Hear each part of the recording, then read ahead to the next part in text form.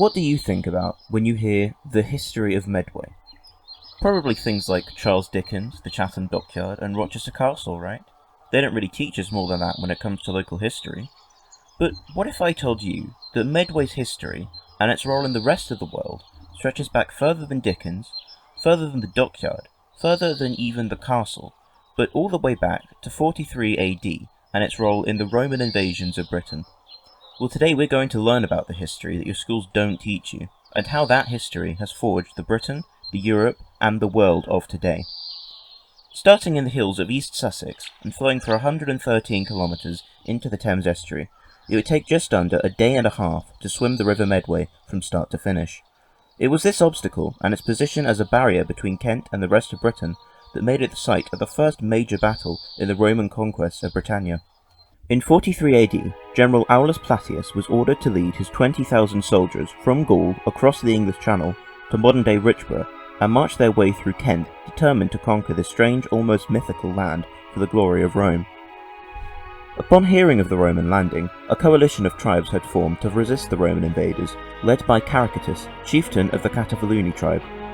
This coalition fought in many small skirmishes to hold the Romans back, but were themselves forced to retreat further and further inland until reaching the River Medway, where they set most of their forces up on a hill on the western side of the river, for a better vantage point to see the Romans' forces, numbers and movements, as well as being well defensible.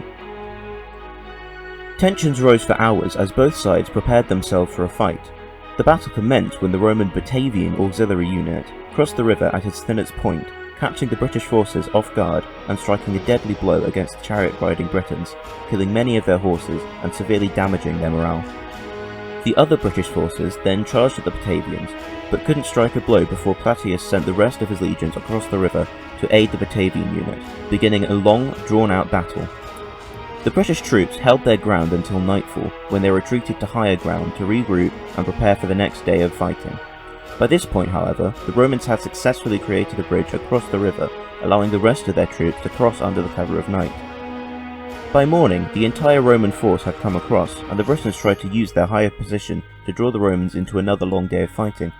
But the Romans declined this offer, instead initiating a direct charge, which pushed the Britons back, and eventually caused their forces to lose heart in the battle, and they frantically retreated, granting the Romans their victory, and leaving the rest of Britain wide open for conquest.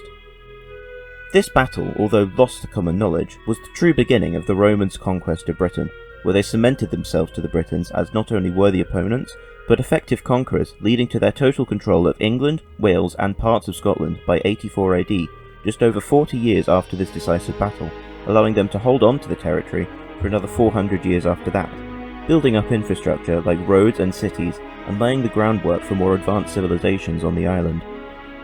One of these roads was Watling Street, which stretched from Brooksiter near the Welsh border and Dover in Kent. Nowadays, this road has been repurposed as the M40 to the west of London and the M2 to its east. In fact, where the road travels through Medway, it has partly retained its name, and once formed the foundation for the small settlement of Douro-Brivet, only a few miles from the site of the battle. Douro-Brivet may be an unfamiliar name to many, but you will instead know it by its modern name, Rochester. Rochester, as a political entity, began over 1200 years ago, when, in the early 7th century, only 200 years after the Romans had left, the Rochester diocese was founded by Justus, a missionary working with the first Archbishop of Canterbury on his mission to convert southern England from Celtic paganism to Christianity. King Ethelbert, ruler of Kent, authorised Justus to establish a church in Rochester on the site of where the modern cathedral is located. In fact, you can see where the old cathedral was placed by the strange change in paving outside. This cathedral was known as the Priory of St Andrew, and served as a popular place of local worship for centuries, until the Norman invasions of 1066, when William the Conqueror gifted the cathedral, its surrounding estates, and rulership of Kent to his half-brother Odo. Odo was not a wise ruler, however, far from it. While William was abroad in Normandy, Odo was left as the de facto King of England, and he misused the resources given to him, neglecting most of his lands, to the point that the cathedral was reduced to near destitution. The Archbishop of Canterbury brought Odo to trial at Penenden Heath in 1072, where he was charged with defrauding the church and possibly even the crown. This trial is known by historians as one of the most important in the early history of English law, because it helped define the relationship between Norman law and English law, which often conflicted in these days. The trial also ended with Odo being required to return most of his lands and assets to the previous owners, in the cathedral's case, the Bishopric of Rochester. This transition was marked by the construction of a new cathedral on the same site, which would be completed over the next 200 years, resulting in the building we still have today. One of the most notable bishops of the cathedral was John Fisher, who sided with the Catholic Church during the English Reformation in the early 16th century. He was executed by decree of Henry VIII for this, but would be honoured by the Catholic Church as a saint after his death, with a local school named after him. Henry VIII himself visited Rochester in 1540 when he met his fourth wife, Anne of Cleves, for the first time, and was apparently greatly disappointed by the town. Whether connected or not, the old Priory of St Andrew was dissolved by royal command later in the year, replacing it with Rochester Cathedral as we know it today, although this closure may instead be related to John Fisher's actions against the crown while the Bishop of Rochester. In the modern day, the cathedral is the second oldest surviving cathedral in Britain, defeated only by its brother in Canterbury. Because of this, it is registered as a Grade 1 listed building, the highest rating there is for the preservation of historical sites, and is still regularly used as a place of worship and a hub of community. Going back a bit, around the time of Odo's reign, another of Rochester's historical landmarks was being constructed. Rochester Castle was built on the riverside to command the crossing of Watling Street across the river, which has now been reconstructed as Rochester Bridge. The castle spent most of its early life being used as a place of residence for various bishops and archbishops, including Odo himself, until the First Barons' War in the 1210s, where the castle was taken over by a group of rebellious landowners who had taken up arms against King John I. The castle was besieged for 7 long weeks, which was a remarkably long time for the era. The siege ended with the rebels' surrender, and was taken under direct control of the crown when the war ended 2 years later. The castle would not get the rest it deserved, however, as it was forced to withstand a second siege not 50 years later when the Second Barons' War broke out. This time, the castle was held by Roger de Laban, a loyalist to the new king Henry III. This siege lasted a week, and only ended when the rebels were forced to retreat by relief forces led by King Henry himself. The damage caused by this siege would lay unrepaired until the following century, and after that it wouldn't serve in any major war until the present, not including a brief raid in 1381. The castle would from then on be used as barracks and a centre of administration for Rochester. In the 1870s, the castle and its grounds were leased to the city of Rochester, who opened them as a public park, later coming under the control of English Heritage for preservation as a historical site, as which it remains to the present day, with free public entry and tours of the castle interior. The ancient tower still stands tall to this day, projecting a sense of might and valour to the town below, as a reminder of Rochester's rich history. 2 kilometres along the river, in Chatham, lies another vital part of Medway's history. Established in 1567, Chatham Dockyard was a Royal Naval shipyard used for the construction and deployment of English and then British naval vessels, as a continuation by Elizabeth I of her father's work on establishing and expanding the English Royal Navy to defend against the Catholic nations on the mainland after England had broken away and established their own branch of Christianity, the Church of England. The first ship to be constructed was the HMS Merlin, launched 12 years after the dockyard opened in 1579, and would construct over 500 other ships across its 414-year existence.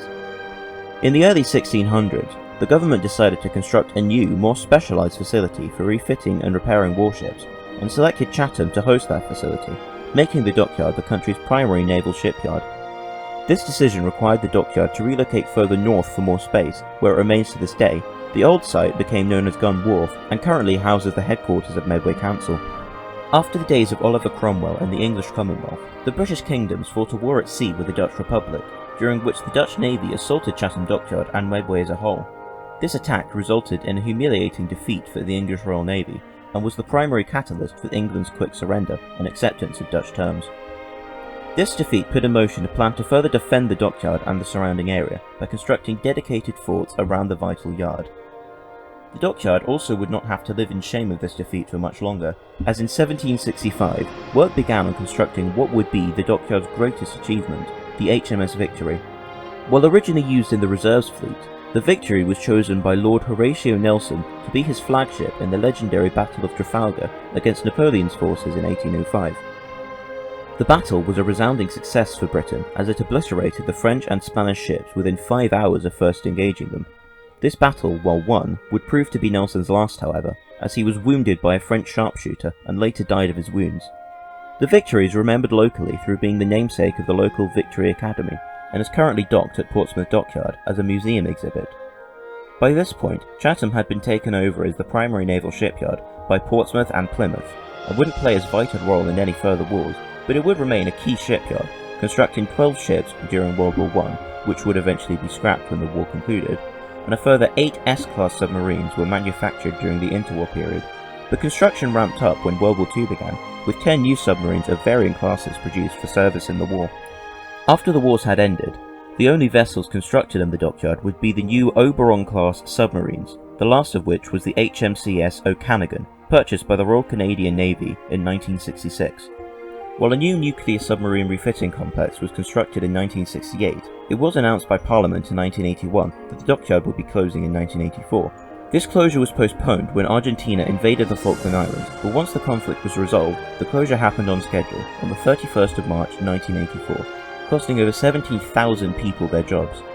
The ownership of the more historical parts of the dockyard was given to the Chatham Historic Dockyard Trust, who have turned it into a museum showcasing the history of the dockyard and allowing for tours of the HMS Ocelot, a decommissioned Oberon-class submarine stationed there.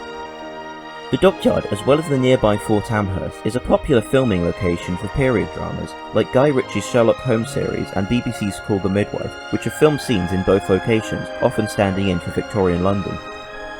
The dockyard has helped forge Medway's identity as a naval and trading power in Britain, employing millions over its lifetime, and earning Medway a reputation of seafaring and trading, using its position on the Thames estuary to access and utilise the busiest region of British trading waters.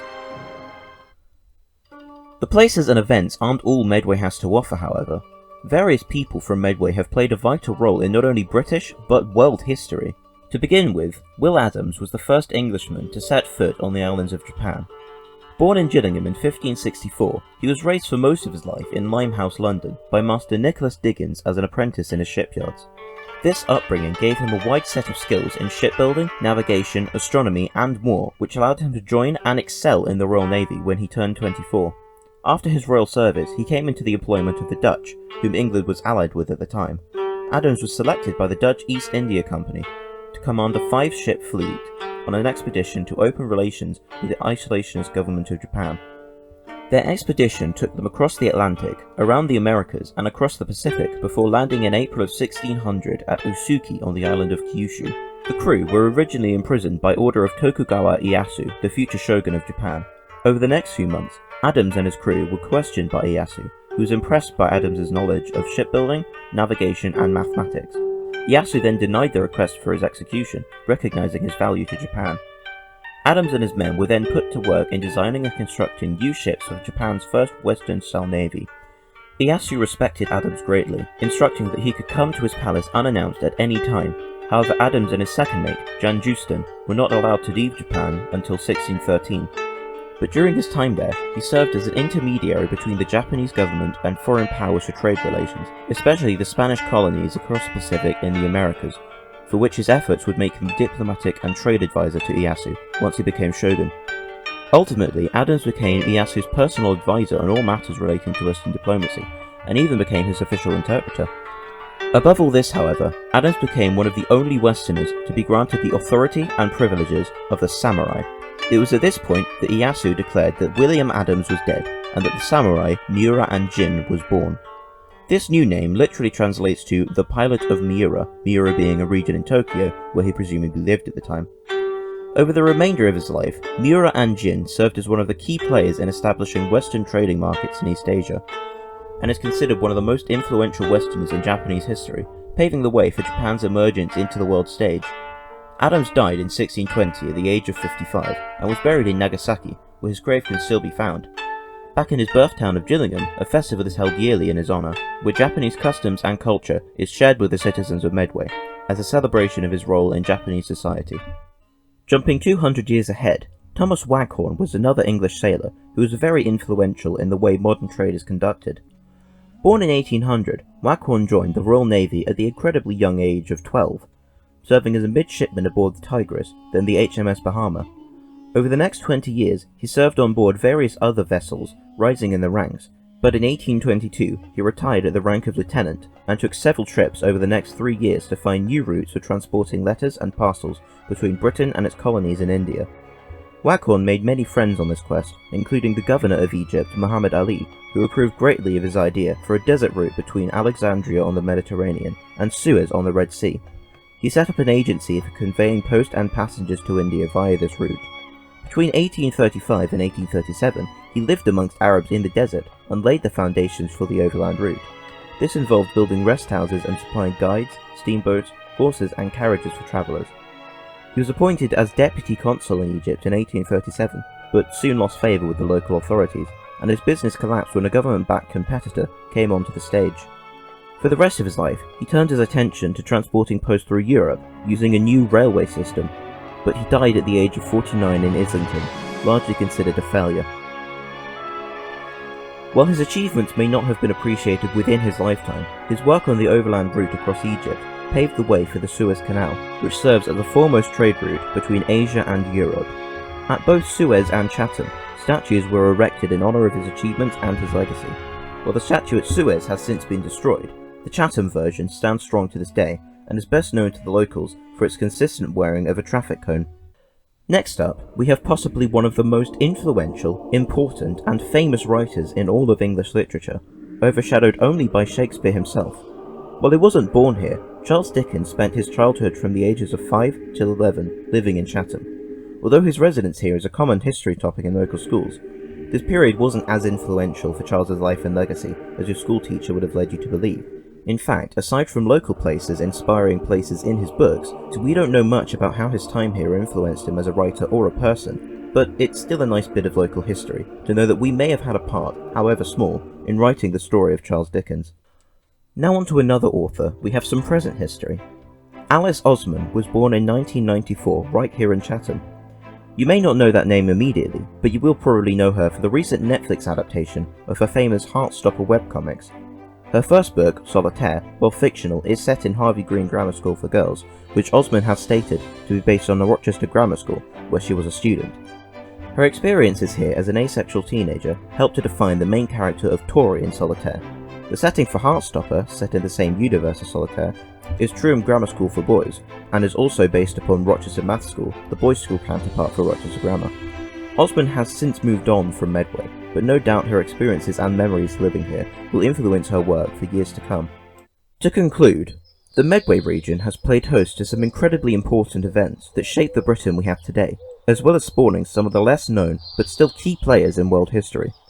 Across the 2,000-year odyssey we have taken today, one thing remains constant. The river itself has played the most vital role in Medway's history, from its role as an obstacle in the Roman invasions, to the raid on the Medway in the Anglo-Dutch Wars. It has provided jobs through not only the dockyard, but also its use to mill corn, make paper, generate electricity, pump water, and so much more. But above all, it remains the lifeline of Medway, the source of not only our water and our trade, but our rich and detailed history. These places and these people are Medway's legacy for the world, and it's our job to make sure the world knows about it.